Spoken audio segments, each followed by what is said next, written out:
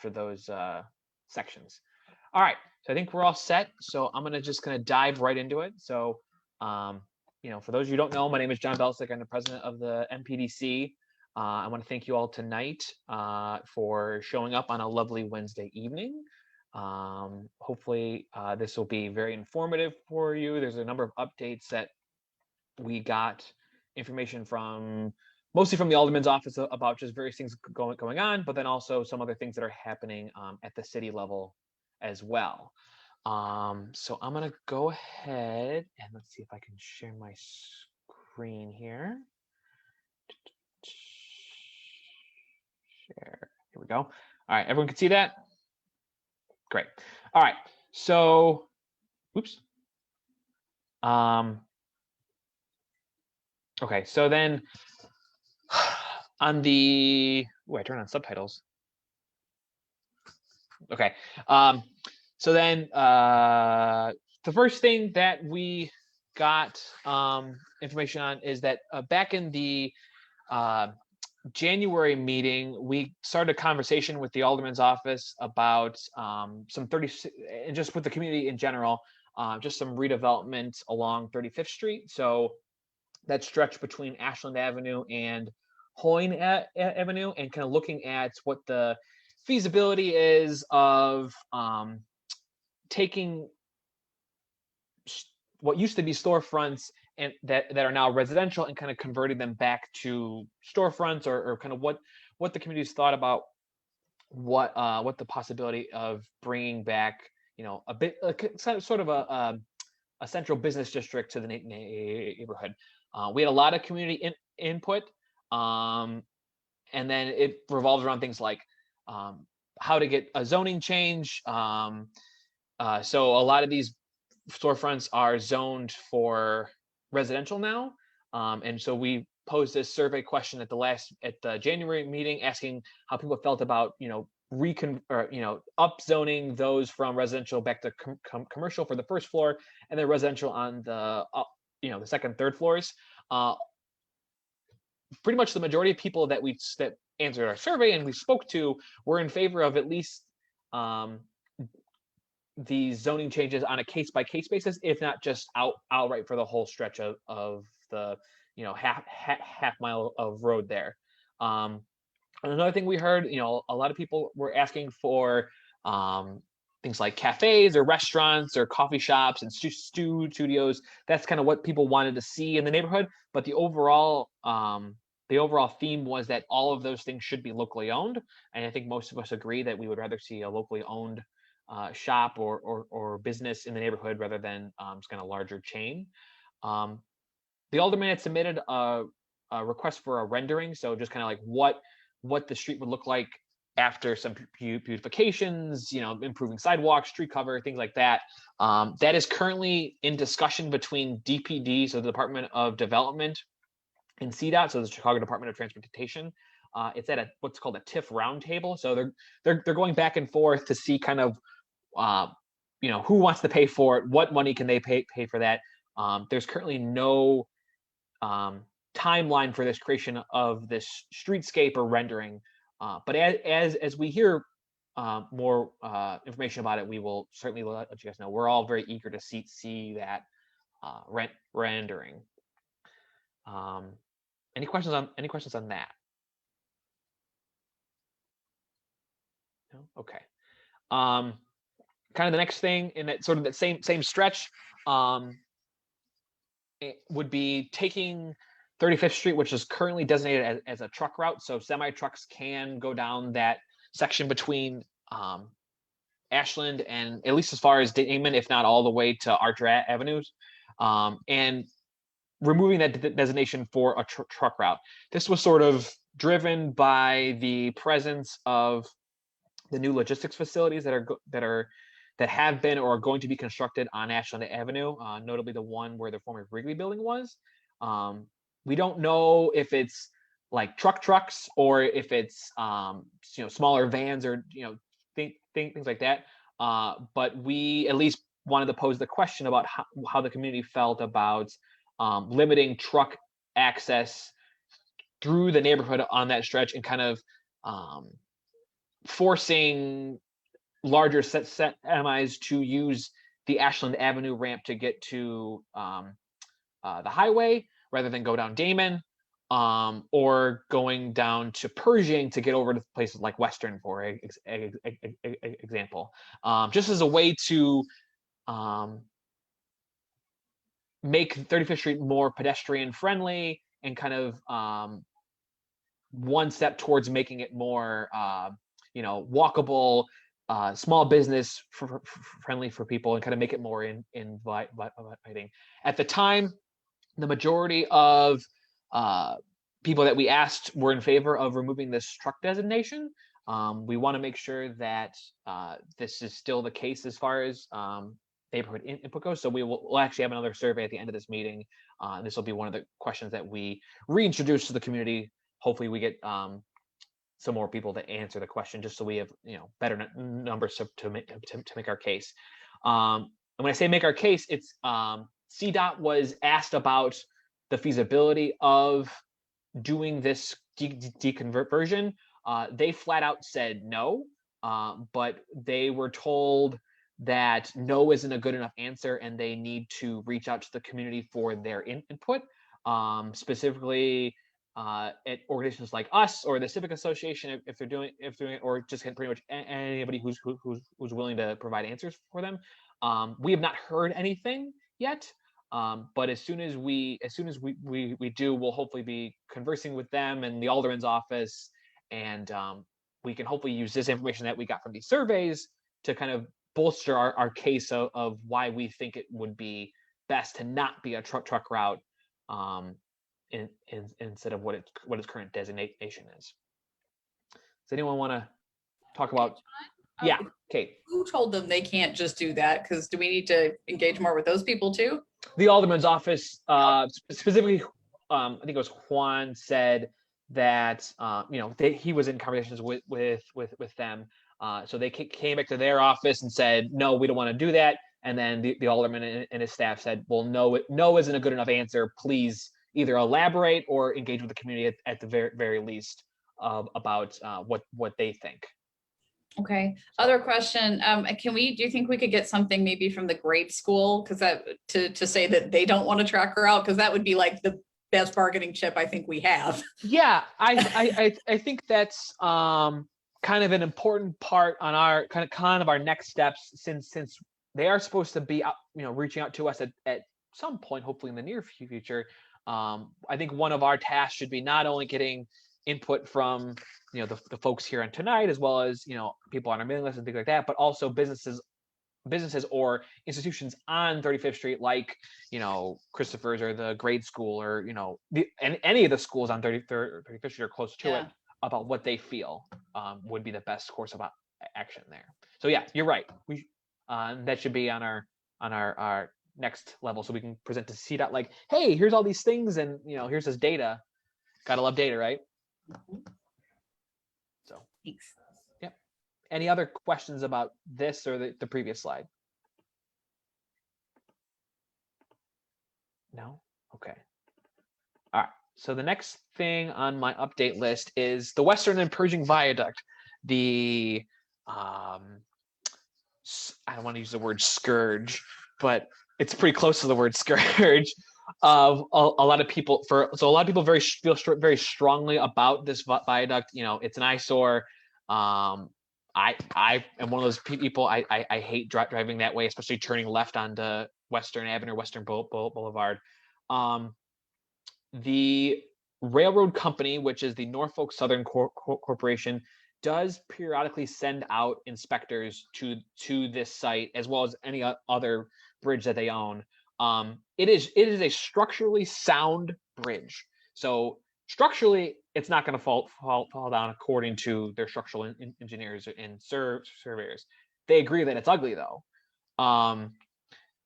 So just a little bit of background about this intersection. It's has the highest number of crashes in the neighborhood, I think, because it's essentially three roads coming together. So Western Avenue, Western Boulevard, and Pershing, all very high traffic, and then turning into this sort of labyrinth of pilings and it's dark, and it makes it very difficult to navigate, especially for those who aren't familiar with the intersection.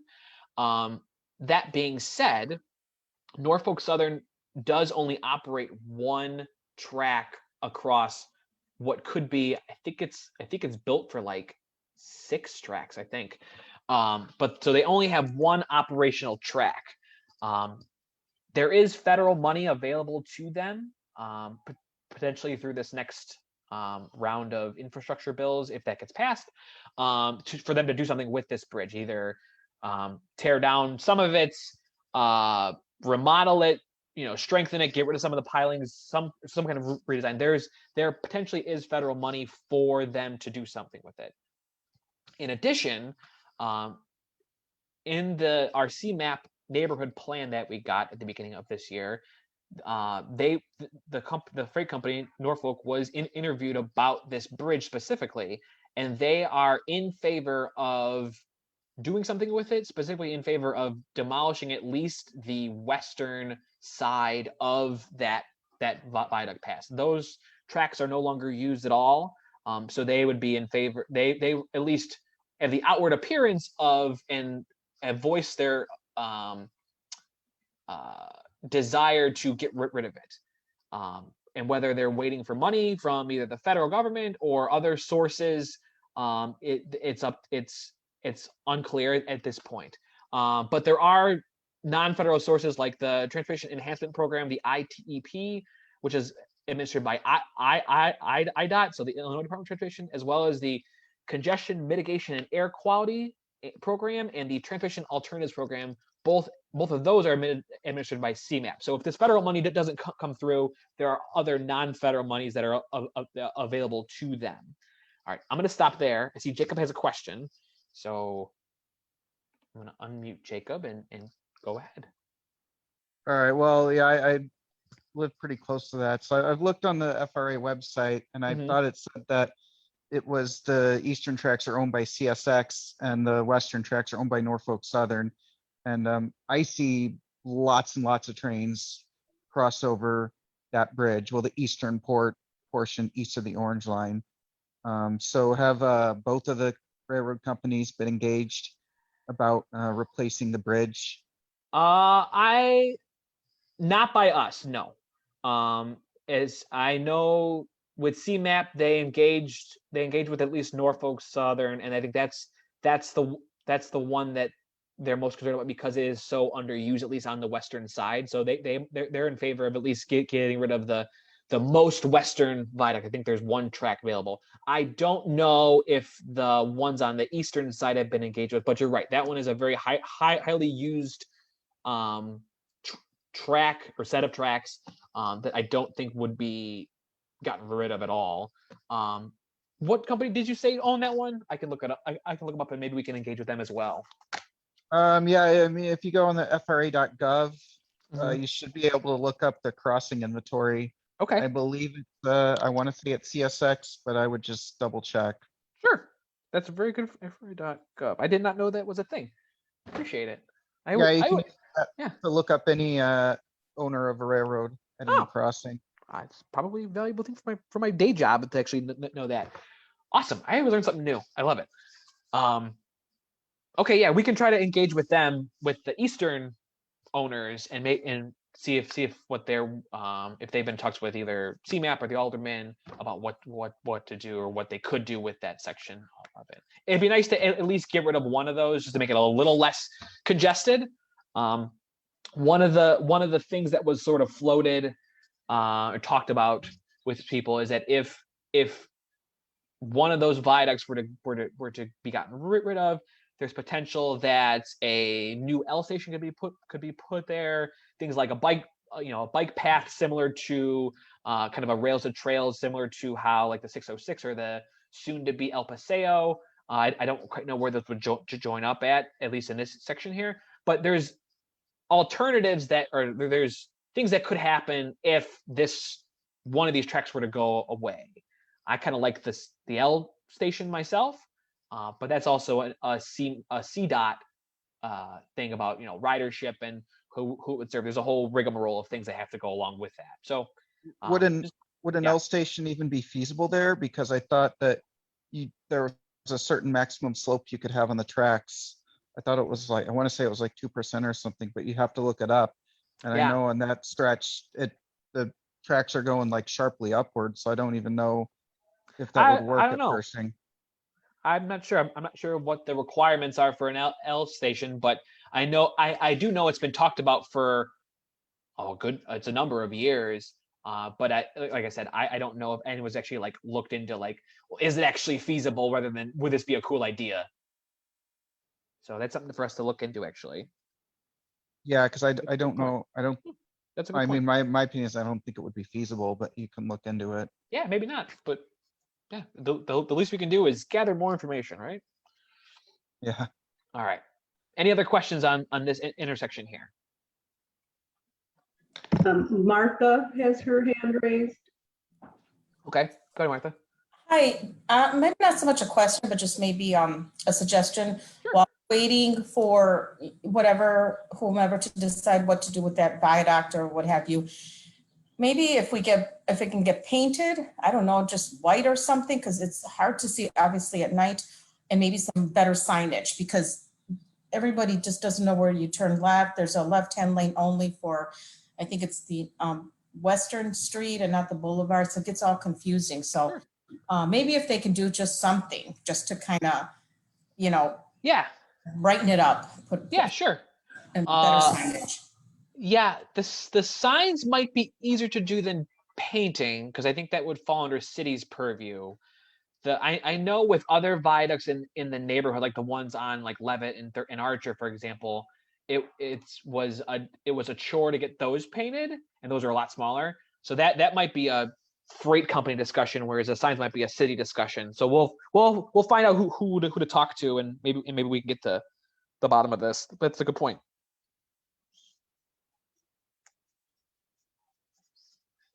Any other questions? Take some notes here. Actually, regarding what Martha was just saying, lighting, I mean, it's so dark. Mhm. And that was one of the things that, when we had the conversation with the alderman some months ago about the possibility of enterprise car rental moving on to that corner, was if it was possible, like we're kind of like, well, when does the neighborhood get out of it? Like, hey, could we have some lights? Yeah. All right, I see another hand up. There was an iPhone. I'm not sure who that is, but go ahead. Yeah. I just wanted to point out that it's the Western Viaduct there is not completely unused on the west side of the Orange Line. There's one industrial customer that gets deliveries, if not daily, multiple times a week. Okay. So keep in mind, if Norfolk Southern determines it is not in their financial interest to replace that viaduct to serve one industrial customer, that's going to be a lot more trucks. Yeah, they're going to be passing through there. So we should definitely, if they can't close the gap in financing, maybe the city will have to kick in some, but the bridge really isn't hurting anyone otherwise. So it's just one thing to consider, that if it goes away and there's not a financial incentive to replace it because they're only losing one customer, that's going to be a lot more trucks coming through there. Yeah, I think on that side there's spots for 4 tracks. I think you're right. Only one of those tracks is open, so they might only want to get rid of 2 of them, or one of the 2 bridges there to keep the other one active. Well, Okay. they wouldn't be able to separate it out that way. They would have to maintain a western crossing on the west side of the Orange Line for that industrial customer, because the Orange Line tracks split that rail right away down the center. Right. So you wouldn't be able to get over to serve that industrial customer. So that's why there's one active track on that west half of that viaduct, because that's all that's being served over there. That they're not continuous tracks south of the industrial customer. Gotcha. The track runs down to Wheatland too, but Wheatland Tube doesn't use it anymore. That industrial customer is just to the north. They have the large silos. I gotcha. Okay. Yeah. All right. This seems to be a little more complicated than I initially thought. All right. We'll take one last question from Jacob, and then we'll move on. All right, one last thing. I don't know what the right of way looks over there, but I imagine the Orange Line at Pershing is either situated sandwiched between two railroad right-of-ways, or it sits on an easement above the right-of-ways. Do you know if we were to get like a station there, have there been any like talks to the railroad companies about like an easement above the right-of-way, or having to acquire property to put the station in? Not that I don't know what sort of conversations have been had and with who. So that's a good question to ask, actually. Okay, cool. All right, let's go to the next thing here. All right, so there is on 35th and Western, there's a land sale. So if any of you have $1 million, there at 2424 to 2440 West 35th Street, there's some land that it was zoned, that was put up yesterday, that is zoned M12. So it's for manufacturing, specifically light manufacturing, warehouses, and wholesalers. However, it was put up on, I think the MLA or something, is whatever the realtor site is. It was advertised as 8 city lots, which to me sounds like they're trying to market it towards things like condos or houses that could be put up in that section. This is purely for self-awareness, or kind of for your awareness, and kind of to let you guys know that we'll kind of be watching out for any zoning changes that might happen at this section here, to kind of keep everyone appraised of that. So I really don't have any more information about this. I got it like last night at like 7 o'clock. So, all right. So with that, I'm gonna go to the next thing here. With a couple people. Oh, well, did anyone have any questions about this that I probably won't be able to answer, but maybe? No? Okay. All right. So the next thing here that was kind of been bugging me, and I know a number of people, was the building at 1950 West Pershing. This building is owned by the same owner that owns the former cold storage building. So the one just to the, west of the clock tower, that formerly faceless, now open air building. They were cited for not having the proper permits. It's available on the city's website. It tells you. So they were told to stop their renovation, demolition of the wall. I know, as far as I know, it's not being demolished, but it's supposed to be rebuilt as far as the wall goes. They were saying it's either unsafe or unsound or something.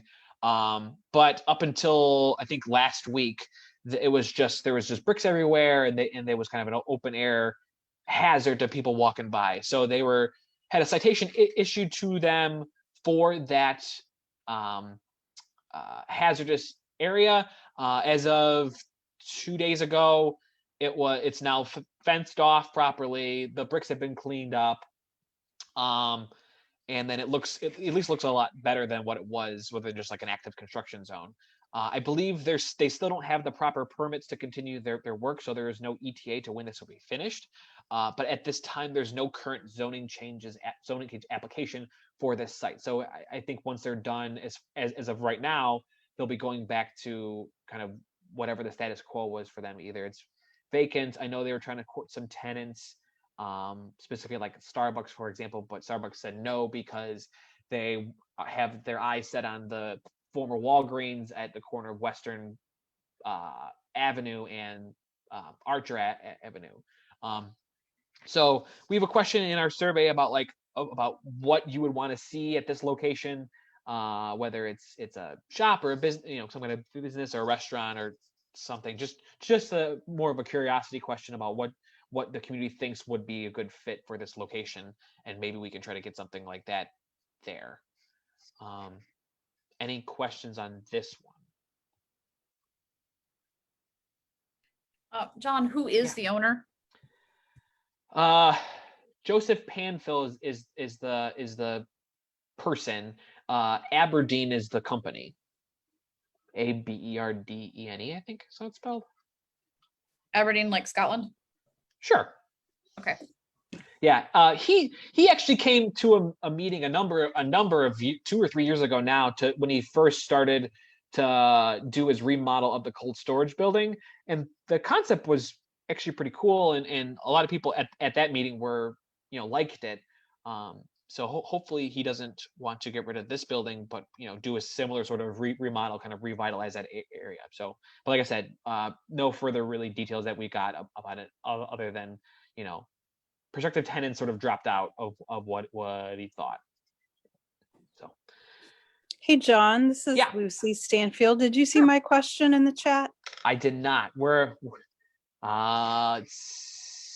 see. Here we go. What's the position of the MPDC board to make the CMD? I know we've talked about this. I know a lot of us have been in favor of moving the, at least most of, if not all, the ones that could be to a landmark. I know it's just the one step below a full landmark. We haven't had this discussion in a couple of years, so we've had some turnover since then. So I'll make a note of that to see if what we can kind of ask our more current board what they thought about that. So that's a good question, Lucy. Thank you.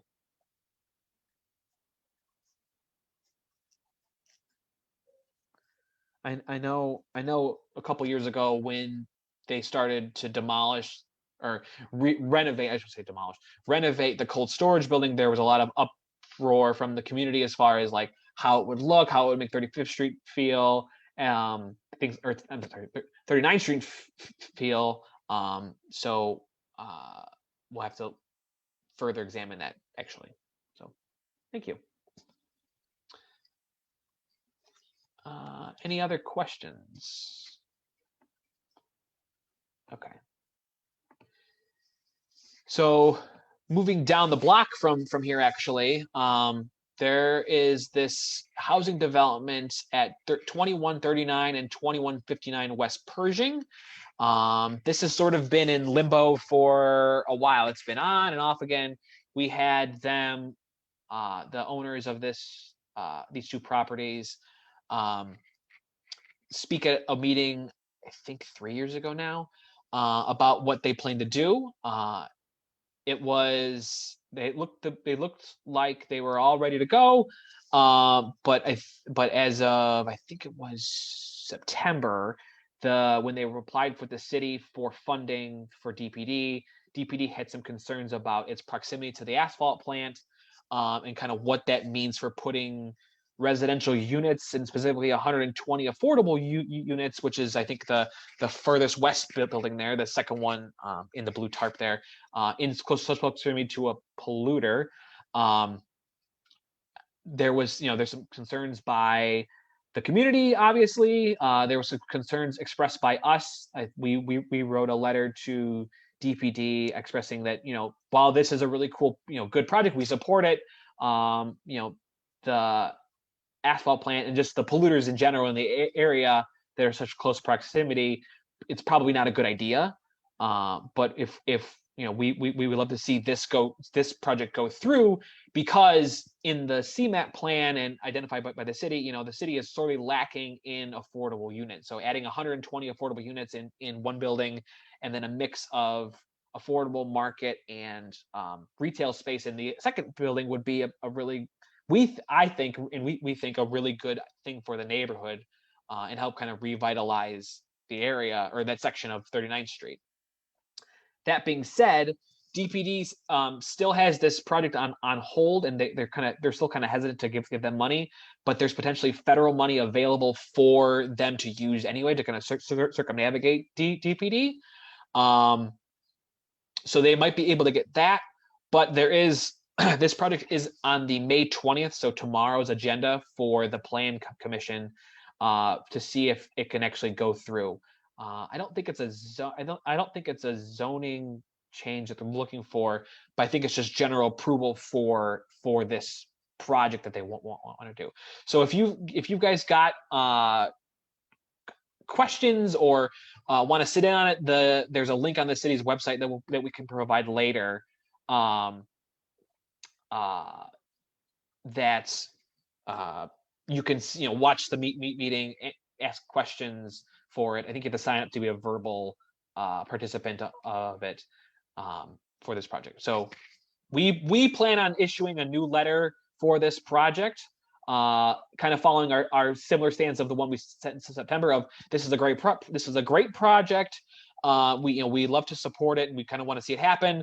But the hazardous emission or the hazardous environment in and around the area needs to be addressed in conjunction with this project in order to make it environmentally friendly for at least the people in the affordable units, if not the whole section, and the neighborhood at large. Any other questions?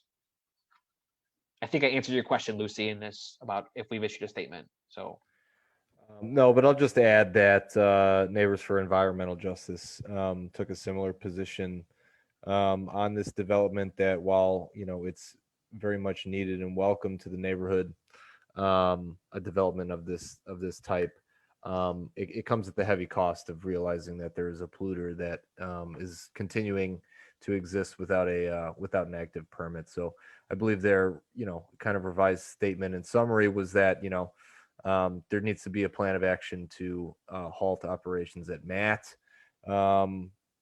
essentially before any resident would be residing there. So I think that in essence, so I think broadly in our community, I think we're basically on the same page there. I think so. I haven't read the letter, but I from what it sounds like from your summary there, I think we're pretty close to in line with I think most people's thoughts anyway. Any other comments on this project in particular? I mean, just 2 cents that what's going on with General Iron too, I think will hopefully, it's moving in the right direction. It's been really slow, but Infra has been very involved, and hopefully if they do shut that one down, it gives us more leverage. So we're keeping an eye on that. Potentially. I see Jacob has a question. I just want to see them get developed. I mean, yeah, I agree. Them getting developed is infinitely better than them getting torn down and turned into warehouses. Yeah. And adding more trucks. So if we've got a developer willing to add affordable housing units and market rate units, I think we should take it. Yeah, I don't think anyone that I've talked to anyway opposes developing these two properties into what they are, planned to be, at least at this point. I think the larger discussion revolves around kind of what's going around it that may or may not negatively impact anyone who's living there, that might be worth addressing in conjunction with this project. Lucy, you have a question? Yeah, I just wanted to see if any of you guys were aware on the council that the developer for these buildings had to have an environmental impact assessment done, which was not shared with the community as far as I know, but was shared with the housing commissioner and the developers consultants who are doing the job been asked to do, said that the prevailing winds would allow for 15% of the time asphalt smells to drift over to the housing, which if any of you live in the immediate area, that's a joke.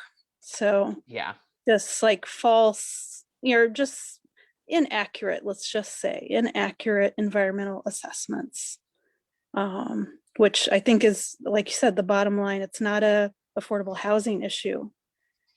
We don't want people affected and impacted.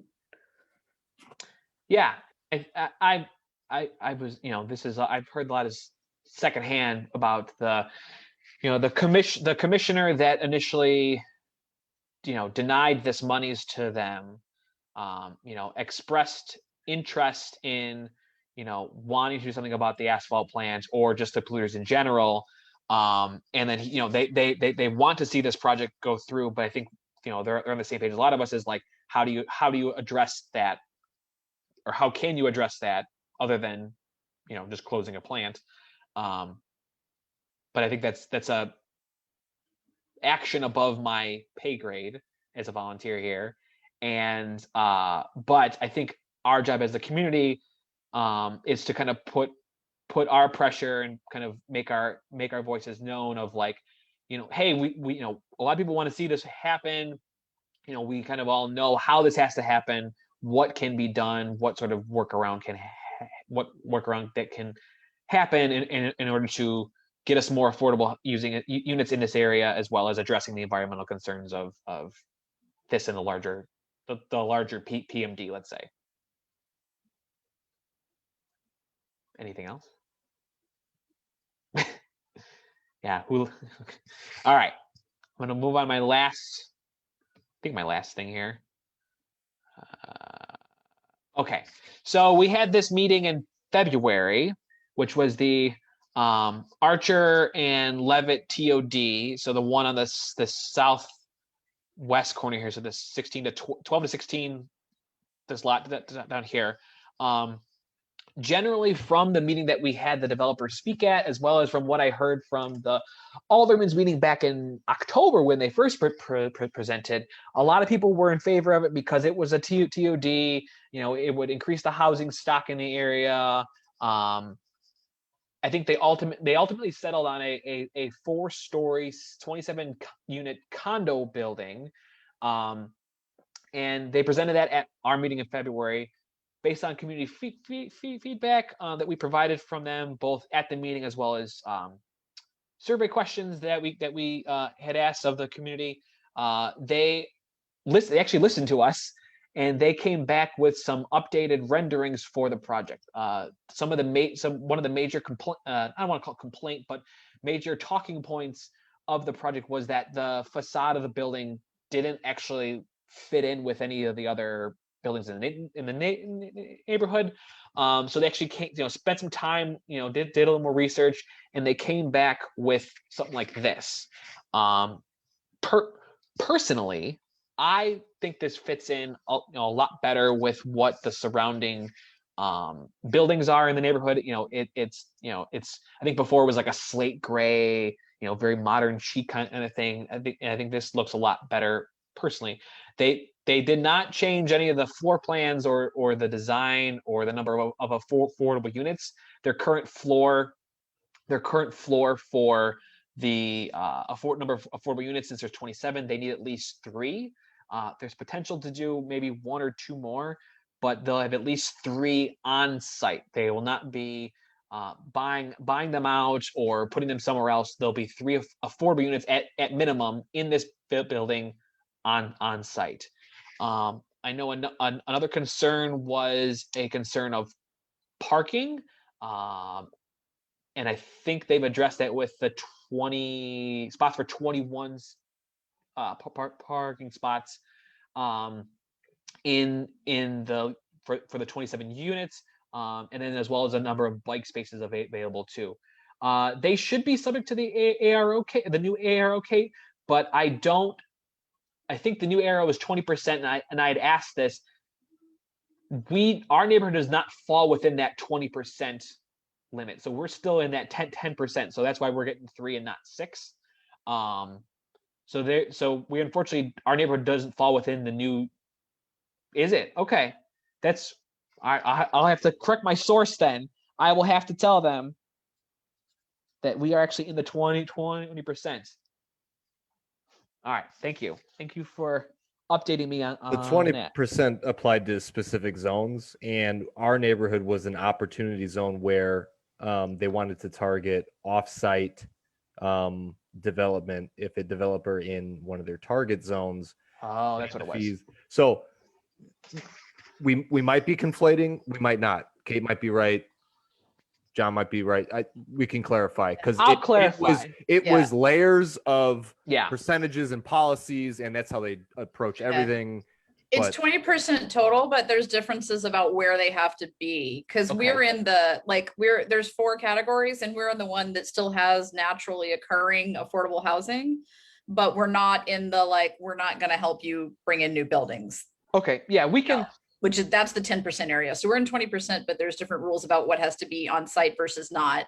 And if these guys want to fix up some of our 3 flats down the street, like that could be fine.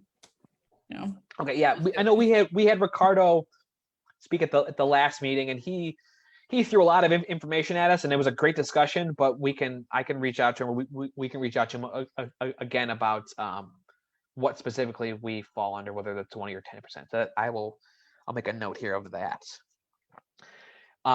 There is, like I said, this is on the docket for the zoning change meeting on the 25th. So it's not the plan commission like the one for tomorrow for the Pershing units, which we will share the link for that in a follow-up email. And then one of my cohorts here can pull up the link for the meeting tomorrow to submit comments and put in the chat here. That would be appreciated. But if you want to submit comments for the 25th meeting for this one, that's on the zoning commission's page on the city's website. That's also a possibility, and we can share that link too. Any other questions on this project? So let's do Martha, and then we'll do Jacob. Okay, sorry. So my question is, so this building has not yet been approved, is that correct? Right. It's still a different zoning. It's not zoned for residential, so they have to go to the zoning commission first to get the zoning approved. Then they'll go through the whole process of actually getting the plans approved and everything like that. I think Is that the meeting on the 25th or not? Just so yeah, the 25th is the zoning approval meeting. Okay. And I'm not sure, I'm kind of relatively new to, joining you guys on a monthly basis. So I'm not sure if this is the right meeting or if I have to talk to or, send a message to the alderman, which I'm happy to do that. You guys talked about like this building and those buildings up on Pershing, residential units and things like that. We have a really major problem around here on 39th Street and Archer, and that's called the drag racing. I was in a meeting a few months ago and somebody from the alderman's office was in the meeting and I made a suggestion. I said, we have a big issue with drag racing all along Archer Avenue from Wood to Western. And I live off of Archer and Hamilton, and then on 39th Street, I know they do drag racing. Is there any, I guess my question is, or not even a question, a statement, and John, if you can address it, what's going to be done to minimize these drag racing, and how are we going to get cameras, especially a camera on Archer and Leavitt? Because having these buildings, these residential units, we need to have more security, or you know what I mean, safer. Yeah. So we have not specifically looked at how to address that specific issue. Just kind of free-forming here. I know one of the requirements, let's call it, for speed cameras, it's for it to be by a park. So I know there's a speed camera by McKinley on Western Boulevard, and then there's that speed camera on Archer, just west of Robinson, which is by a park. So that is certainly an option to see kind of what avenue we can pursue, at least in that direction. But then I also think it's working with a combination of like CPD, the alderman's office, and a number of one or two other groups that how to address that. I don't think us as a neighborhood group can address it alone. We have to reach out. And that's okay. I'm going to reach out to the office, the alderman. Specifically, what I am looking at, Mike, is a camera on the corner of Archer and Leavitt, where everybody crosses the streets back and forth. Of course, now we're in COVID, but I know a lot of firms are now opening up and a lot of people are going to start using that. Schools, obviously in September, right? But we are still using it now. I go to the office, I use the Orange Line train. We need a camera there. I can't tell you how many times people blow the light. Yes, Kate, I can go to the CAPS meeting. However, I am going to escalate this first with the alderman, and then I will do that. And isn't something that has just come up today or yesterday. We've been talking, I mean, I know the neighbors here have been talking about it, but now is the time, especially if we're gonna get these, you know, residential.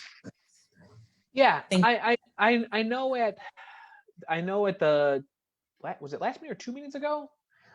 We also floated the idea of a redesign of this whole intersection with pedestrian islands and new crosswalks and all this other stuff. So maybe we can fold that into that as well. That's something we can look into. All right, Jacob.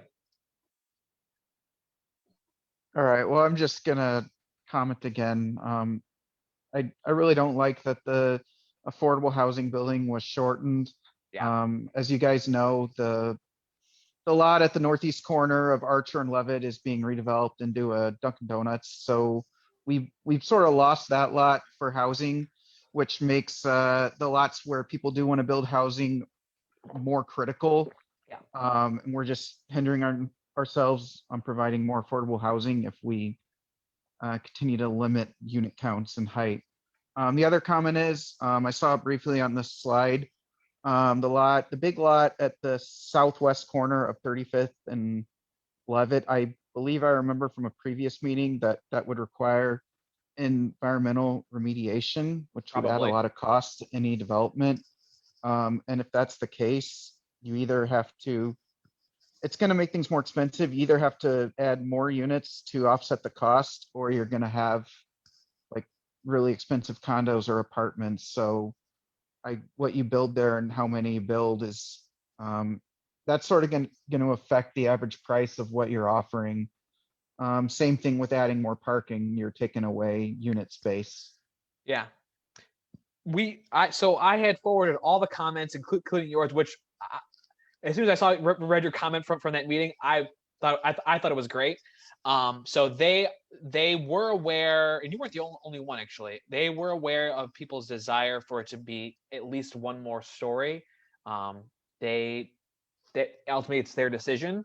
But I think for the next project, if someone does do lot number 7 for example, we can, depending on how the larger community feels and kind of what's cost prohibitive, we can make that suggestion to go a little bit bigger if that's what people want to see.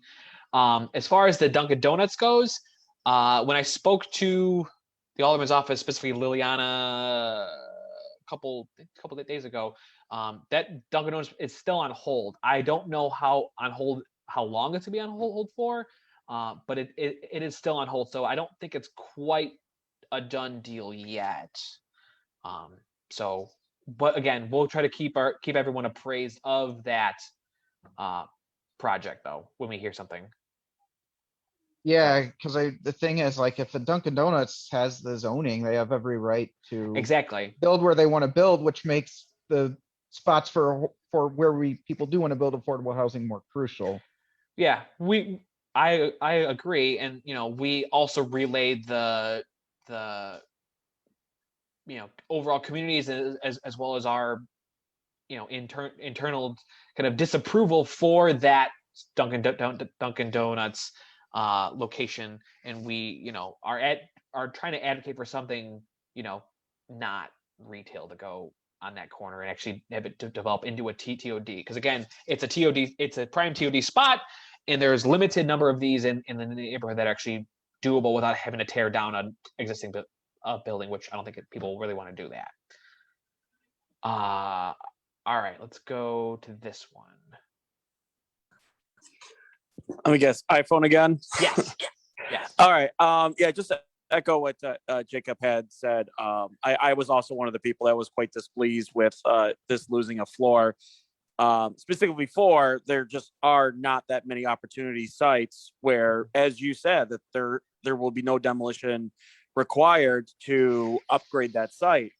And I understand people may have an aversion to height and they want things to be in context, but that is the entire point of TOD. It's not supposed to be contextual because the entire neighborhood doesn't have a transit stop. That location has a transit stop, and that's why you treat those sites with a different condition, with increased density, with a greater focus on housing affordability and inclusion. which is going to require a bigger, greater mix, a bigger unit mix, offering that cost efficiencies to make that happen. So with the future sites that we have in the neighborhood, we really do need to be thinking bigger and a little bit more out of the box, and looking at preventing maybe the Duncan fiasco from happening again. Archer might have too many driveways to make it a pedestrian street, a P street, but that could be something that we could look at. Obviously, the transit station would be on our side for that. 35th Street, I don't know if it's a P street already, but it certainly should be, to foster a pedestrian oriented environment and eliminate any potential that you could have a drive-through business just pop up under existing zoning. Yeah, that's a good point. Sorry, my dog is barking at someone parking. That kind of leads me into my last point here. So kind of how we would advocate for bigger building, or bigger TOD, better TOD, would be a TOD committee, actually. So we've actually just created one. Anyone is welcome to join it. If you want to be a part of it, and some people expressed interest in it, you feel free to email us or message us on any of our social media platforms. Liz Gress is the chair of that committee.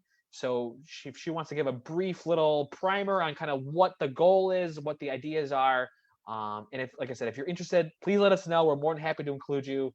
The more ideas that we have, the better. And then we can use this to advocate for, not putting a Dunkin' Donuts at this location, or, different facades or bigger buildings, or, whatever we in the neighborhood thinks is best. So go ahead, Liz.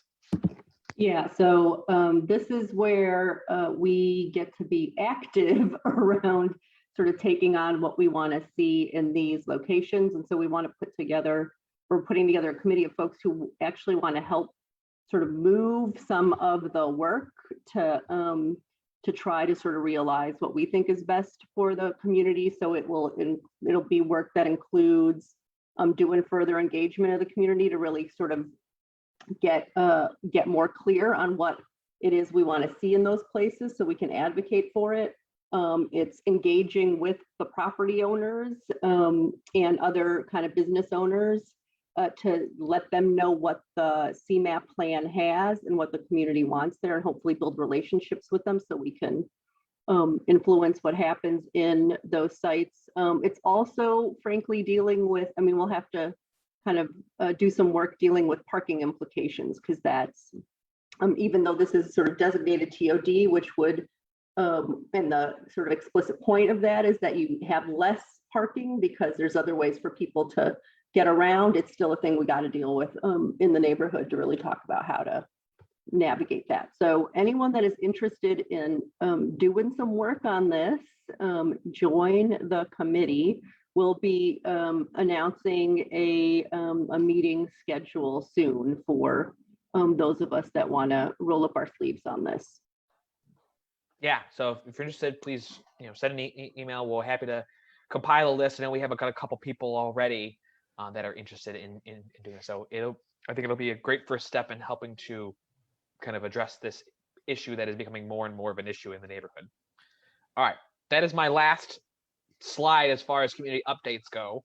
I've got one brief one that I'm going to invite someone, Lena. So just a community announcement about something going on in the neighborhood. So let's see if I can find Lena here. So if Lena wants to go ahead and just give a brief little 2 minutes, what's going on if you want something to do this weekend. Hi, John. Thank you so much for making the announcement. Hi, everyone. Nice to meet you all. My name is Lena. I apologize for keeping my camera off. I don't have a stable internet connection right now, so I'm going to keep the camera off. So hopefully that would help. That's all right. So this is my third meeting with Mpdc, so I'm glad to be here. I'm a program coordinator at the Midwest Asian Health Association. And so we have an upcoming event happening this weekend on Saturday. Our organization and other community groups are hosting a public event in celebration of Asian American and Pacific Islander heritage. So this event will be taking place in Chicago Chinatown Square. It's from noon to 3 p.m. And there will just be a fun activities and games, and we will also have performances also taking place. Our organization will be doing a bunch of health education activities and also health screening as well. So if you're free and would like to come out and do something fun for the weekend, feel free to come join us for this event. And we'll be able to celebrate not just this cultural festival, but also get to know, I guess, more people in the community as well, because I know everyone is kind of tired of being stuck at home. So feel free to come join us in a safe and fun and responsible manner for this fun activity. Thank you, everyone. Great. Thanks, Lena. All right. Last slide here. So if you have any questions after this meeting, we'll be putting up a link to the video if you want to watch it again. If you have questions, feel free to email us or message us on Facebook, message us on Twitter, message us on Instagram. Our next meeting is June 16th at 7 p.m., very likely virtual again. And if you have suggestions about what you want to know, what you want to learn on, topics you want us to present on, please let us know. We're more than happy to give you the information that you guys want. I know in the past we've done stuff about like how zoning works, how to be a good landlord, stuff like that. So if it's like you want to have a workshop, we're more than happy to try to pull something to get together with the context that we have. So if there are no other questions. John, Yeah. just wanted Yes. to add super quick. Yeah. As we're finalizing our internet strategic plan Yes. for the ICC committee, thanks to all who participated in the survey on that. As we're finalizing that plan, anytime where we are discussing either street rescapes or buildings that are going to require, you know, a little bit of a tear up in the road or such. And especially as we're talking about redeveloping buildings that are taller than the surrounding buildings, there's opportunities for us to engage in with some independent ISPs that already exist that can install Wi-Fi mesh networks. If we have the opportunity if we're doing a complete rescape of a street and tearing it up, potentially to lay down fiber. And they're you know, a group who can get the funds to do it. They just need to find the customers to service afterwards. So as we are talking about, you know, redeveloping buildings that are, you know, hopefully taller, more dense, there's an opportunity there to create kind of a broader broadband network at higher speeds, lower costs for the community. So it's always an option to have at the back of our minds when we talk about these too. So. Hey, Anthony, regarding that, you know, they're one block at a time tearing up the streets all over the neighborhood to redo the gas meters. And they're already trenching. Is this something we could move on sooner rather than later? They're not trenching, they're boring. It's different. Yeah. Okay. And will that be the same? I mean, obviously nobody's even passed the thing with the lead service lines, but that is literally every house in the neighborhood will have to get stuff dug up for that. Is there any chance of like coordinating with that kind of thing? Potentially, really if they're just doing like a trench from the center of the street to the house itself, it's a little bit different. But yeah, there is potential there. Not to say that there isn't, and we should consider that too. Yeah. Yeah, all options to explore. Okay. Okay. All right. I'm gonna say I think that's a good meeting. I'm gonna stop sharing my screen here. I appreciate everyone's time. So it's good to see you guys. Like I said, if you have any questions, please feel free to reach out to us. We're more than happy to answer them. And with that, I will close the meeting. Thank you all for your time. I will see you all when I see you. All right. Thank you, everybody. Thank you. Have a good evening. Good night. Bye, everyone. Thank you.